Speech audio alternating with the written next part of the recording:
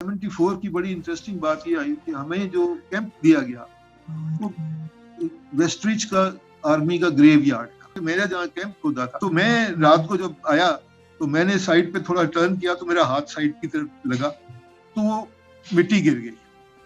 اس مٹی میں پورا کسی شخص کا اسکیلیٹن پڑا ہوا تھا. کہا میں نے کہا یار we are friends, okay don't disturb me at night because تھکے ہوئے آئے ہیں.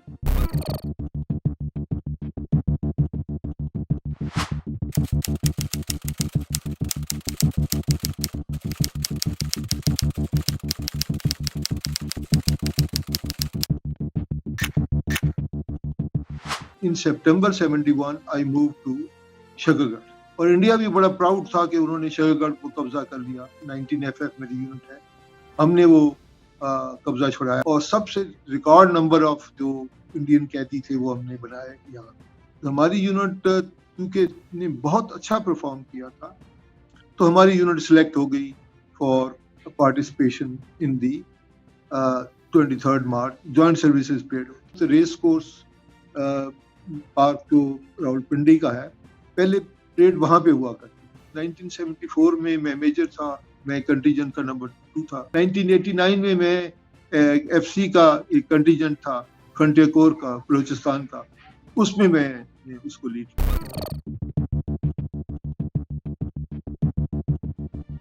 ویسے تو 47 میں ہمارا انڈیپینڈنس ہوئی, لیکن جو اسلامک ریپبلک 56 کا کانسٹیٹیوشن سے پہلے 23 مارچ کو جب اس کے بعد سے آنورڈ یہ 23 مارچ پریڈ کا کانسیپٹ شروع ہوا.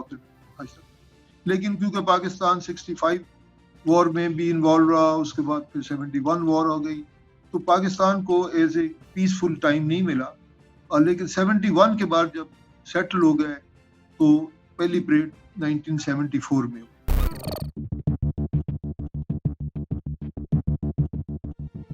بیسیکلی اس میں ریپرزنٹیشن آل آرمز کی ہوتی ہے. اس میں air force, Pakistan navy, Pakistan army, ان کے کنٹیجنٹ آتے ہیں اور وہ کنٹیجنٹ ایک کمبائن ایک کمانڈ کے نیچے آ جاتے ہیں. اور وہ کنٹیجنٹ کی جو سلیکشن ہوتی ہے آرمی کے GH کو کرتے ہیں, اور جو یونٹیں ڈسپلے کرتے ہیں اپنی مارچ پاسٹ کرتے ہیں ان یونٹوں کی جو سلیکشن ہوتی ہے بیسیکلی اس میں یہ ہوتا ہے کہ وہ they must be elite unit جن کے پاس ریجمنٹل فلیگز ہوں, جنہوں نے کوئی ہسٹری ان کے ساتھ ہو. کمانڈر آپ کو یہ رسپانسبلٹی ہوتی ہے کہ آپ نے کس طریقے سے اس ساری, کیونکہ اس میں کافی لوگ ہوتے ہیں, اس کو کس طریقے سے اس طریقے سے آرگنائز کیا جائے کہ وہ ایک ڈسپلن اور ایک خوبصورت طریقے سے پبلک اس کو نوٹ کرے اور پاکستان کا جو امیج ہے اس کی پروجیکشن صحیح.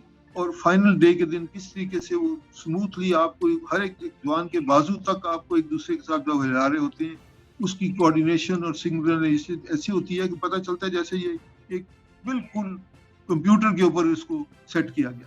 آپ یہ پریڈز میں سب سے بڑا پرابلم یہ ہوتی ہے کہ اگر آپ کافی دیر تک کھڑے رہیں تو نظام قدرت کے تحت آپ کے جو خون ہے وہ پاؤں کی طرف زیادہ نہیں چھک سکتا, اور کیونکہ آپ نے ایک ہی حالت میں آپ نے ہلنا نہیں ہے تو وہ موسٹلی یہ ڈر ہوتا ہے کہ جب آپ کیا کہتے ہیں کھڑے ہوتے ہیں تو اس کے بعد امبیلنس بھی ہو جاتا ہے. لیکن اس کے لیے 2-3 چیزیں بڑی ضروری ہوتی ہیں تیاری کرنے کے لیے کہ ان کو خوراک ٹھیک ٹائم پہ, ان کو ریسٹ پورا ملا ہو.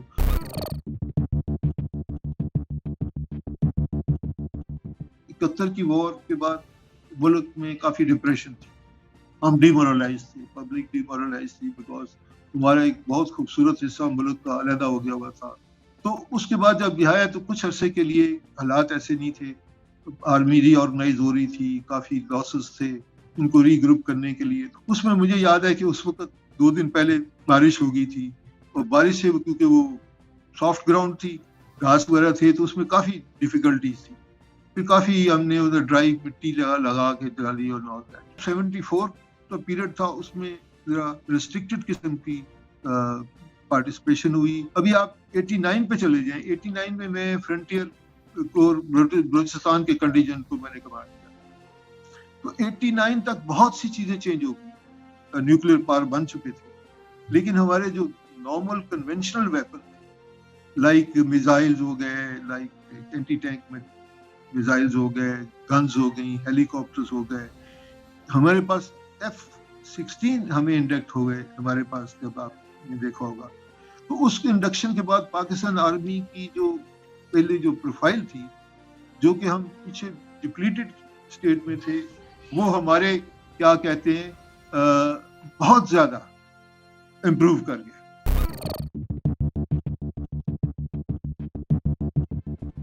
آزادی سے بڑی کوئی ایک نعمت نہیں ہے. تو اس کی جو افادیت ہے اس پریڈ کی، اس کا کوئی میچ پرائز کے ساتھ نہیں. انجوائمنٹ کے لیے نہیں ہے، یہ ملک کے لیے اسینشیل ہے. اس قسم کے ایونٹس اسینشیل اس لیے ہیں، آپ اس جگہ پہ اپنے شہین میزائل شو کرتے ہیں، آپ اس جگہ پہ اس قسم کی چیز شو کرتے ہیں جس کو دنیا کو پتہ چلتا ہے کہ یہ میزائل کی رینج کتنی ہے. اس میں ٹینکس ہیں، اس میں ہیلی کاپٹرز ہیں، اٹیک ہیلی کاپٹرز ہیں جو کہ آپ ٹارگٹ کر سکتے ہیں، ٹینکوں کو مار، میزائلز ہوتے ہیں اس میں. تو یہ ڈسپلے کرنے سے اس کا سب سے بڑا فائدہ یہ ہوتا ہے کہ دنیا میں ایک تو آپ کی پوزیشن لوگ ماننا شروع کر دیتے ہیں کہ یہ کوئی صرف مانگنے تانگنے والا ملک نہیں ہے، اس ملک کے پاس اپنی اسٹرینتھ ہے. اگر آج یہ چیزیں آپ کے پاس نہ ہوں تو آپ جس طرح کے ہمارے انوائرمنٹ ہے لائک انڈیا، تو ہمیں ویسے ہی اسے کہتے ہیں کچا چبا جائے.